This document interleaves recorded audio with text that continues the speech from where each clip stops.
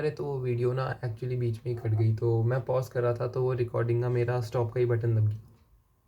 हाँ, तो मेरा फ़्लो बीच में रुक गया, तो मैं क्या कह रहा था कि हाँ, ना बोल पाना ना चीज़ों को बहुत ज़रूरी है। एटलीस्ट आपको ना क्लियर होना पड़ता है, आपको अपने मैं ये नहीं कह रहा हूँ कि आप बेधड़क चीज़ें किसी को भी मुँह पे ऐसे ही बोल दो ये यो नहीं, चीज़ें आप सोच के बोलो, समझ के बोलो, ठीक है? 2-3 बार चीज़ों को सोचो बोलने से पहले, क्योंकि होता है भाई चीज़ों में ना बहुत फ़र्क पड़ता है। आप बिना बोले बुड़बकपंती में अगर चीज़ों को बोल पाते हो ना, तो वो बहुत दिक्कत देती हैं बाद में आपको, मतलब क्योंकि आपको सही में नहीं पता कौन सी चीज़ किस तरीके से चली जाए।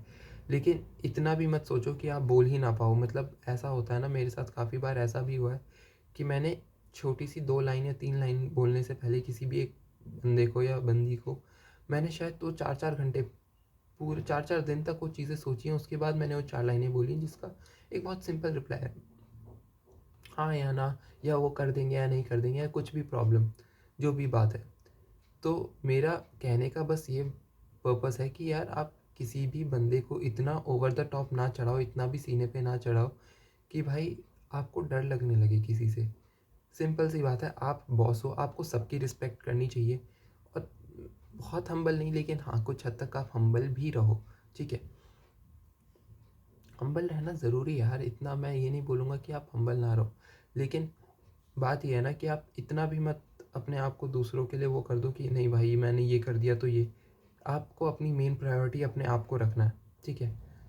सेल्फिश बनना पड़ता है भाई, बिना लालची बने ना नहीं है इस दुनिया में, मैंने बहुत भुगता है, बहुत भुगता है, और इन चीज़ों ने ना मुझे बहुत अफेक्ट किया है। मैं इस तरीके से जो बन चुका हूँ ना कुछ, शायद मेरा रीज़न यही है। और मैं सच कहूँ, अगर मेरे पास वो शक्ति हो ना, कि मेरे पास वो एक सुपर पावर जिसे बोलते हैं ना, कि यार आप अपनी लाइफ से किन कुछ पलों को हटाना चाहोगे, फिर से एक बार वीडियो पॉज हो, ठीक है? तो मेरे कहने का ये है कि आप किस तरीके से अपनी जो लाइफ के एक्सपीरियंसेस है ना, वो आपको किस तरीके से शेप करते हैं, वो चीज़ें बहुत ज़्यादा मैटर करती हैं, ठीक है? ना सिर्फ मैटर करती हैं, लेकिन आपकी पर्सनैलिटी में भी वो ड्रास्टिक चेंज लाती हैं।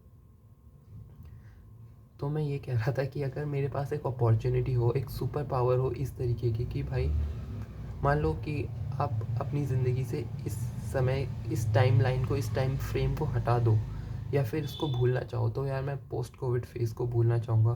स्पेशली जो मेरा ये ट्रॉमेटिक कॉलेज लाइफ रही है, ट्रॉमेटिक इन द सेंस यार, मुझे लिटरली में समझ नहीं आया है मेरे साथ हुआ क्या है। जो करना है नहीं किया, ठीक है? किसी भी फील्ड में जो कर रहा हूँ वो हो नहीं रहा है, ठीक है? टाइम वेस्ट हो रहा है, मुझ पे उम्मीदों का प्रेशर बहुत ज़्यादा है, हर किसी को है, चाहे वो मेरे घर वाले हों, मेरे रिलेटिव्स हों, मेरे भाई बहन हों, दोस्त हों, वो उम्मीदों का प्रेशर बहुत ज़्यादा है, बहुत ही ज़्यादा है। दूसरा, वो लोगों से पीछे रहने का जो डर है, क्योंकि मैं पहले ही पीछे अपनी फाइनेंशियल कंडीशंस की वजह से पहले ही काफ़ी हद तक पीछे था। अगर मैं उसको भी आउट कर लूँ, क्योंकि मेरा जो बेस है वो बहुत स्ट्रॉन्ग है, वो चीज़ें मेरी बहुत बेहतरीन नहीं हैं, लेकिन उसके बाद दिक्कत ये आई है ना कि यार